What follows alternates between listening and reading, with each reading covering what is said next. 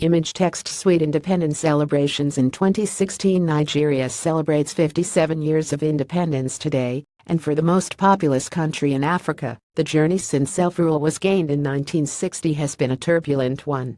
Nigeria's independence government was led by the Northern People's Congress, in alliance with the National Council of Nigerian Citizens of largely Igbo Party, with Sir Abubakar Tafawa Balewa as Prime Minister. In 1963, the country became a republican. Dr. Nnamdi Azikiwe its first non-executive president. The first of several coups occurred in January 1966 and Balewa was among those killed. Army Commander Major General Iransi headed a new administration, which abolished the federation and instituted a unitary state. In July 1966, troops from the north retaliated with another coup in which Iransi was killed, and Lutko Yakubu Gowon assumed the leadership. He restored the federal state and replaced the 4 regions with 12 states. He included civilians in government and promised to restore democratic rule as soon as possible. In May 1967, Lutko Chukwuemeka declared eastern Nigeria an independent state named the Republic of Biafra. This led to civil war. Hostilities lasted until Biafra was defeated in January 1970 and Ojukwu went into exile. The war cost some 1 million lives. Catalyst Lutko Ojukwu image credit Getty. In 1975, Gowon was deposed in a coup and replaced by Brigadier Murtala Muhammad, who introduced radical economic reforms, a new structure of 19 states, and a program for a return to civilian rule in 4 years. He was assassinated in an abortive coup in 1976. General Olusegun Obasanjo succeeded and continued Muhammad's policies. The ban on political activities was lifted in 1978. Multi-party elections were held in 1979 and Shehu Shagari of the National Party of Nigeria became executive president, re-elected in 1983. However, that year, a military coup put an end to this brief period of democracy. New head of state Major General Muhammadu Buhari initiated a severe austerity program with campaigns against idleness and self-enrichment. This provoked a further coup in 1985, bringing Major General Ibrahim Babangida to power.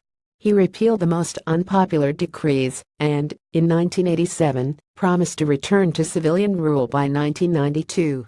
In 1989, 2 parties were formed, only 2 were permitted. The transition to civilian rule went as far as elections to state assemblies in 1991 and presidential primary elections in 1992 rerun in 1993 before the whole process was halted. The newly created Social Democratic Party won the majority in both houses, and its leader, Chief Mashood Abiola, was believed to be leading in the presidential elections. However, before all the results had been announced, the elections were annulled by Babangida, who shortly after resigned. For a few months, civilian chief Ernest Shonekan was head of an interim government and charged with holding yet further elections. Power General Sani Abacha image credit Nage.com. However, in November 1993, in Nigeria's 7th coup, General Sani Abacha assumed power and cancelled the scheduled return to civilian rule. He dissolved the interim national government, national and state assemblies, the state executive councils and the 2 political parties, and banned all political activity. In June 1994, a constitutional conference was held to devise a program for a return to civilian rule. The conference failed to reach consensus. Shortly before it opened, Chief Abiola, on the basis of the 1993 elections, proclaimed himself president. He was arrested and charged with treason. He was held in solitary confinement and was never brought to trial.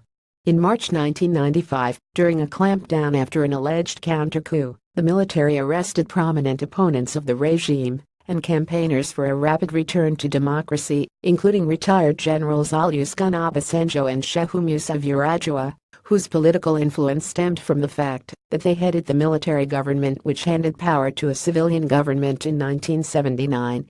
Obasanjo and Yar'Adua were tried for treason and sentenced to long terms of imprisonment.